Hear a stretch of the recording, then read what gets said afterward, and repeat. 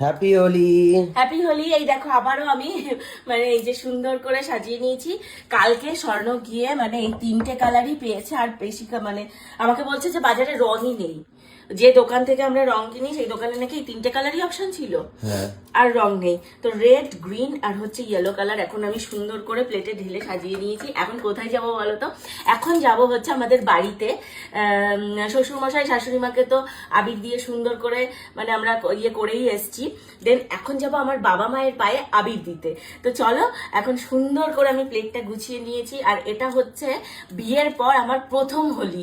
কিন্তু আমার মানে একটা দুর্ভাগ্য, আমার কপালটাই খারাপ। যেন বিয়ের আগে আমি কোনোদিন হোলি খেলতে পারিনি।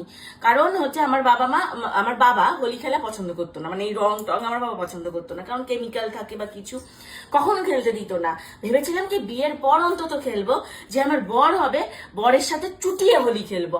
আর আমার পোড়া কপাল, কেন বলছি, আমার বর হোলি খেলে না, আমার বরের হচ্ছে অ্যালার্জি।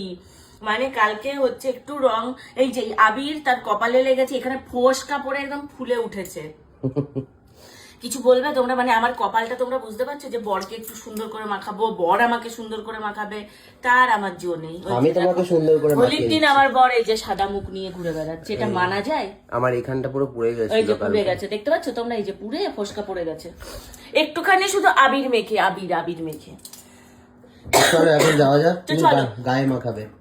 তো চলো বাবা মাকে গিয়ে আবির লাগিয়ে একটু প্রণাম করে আসি।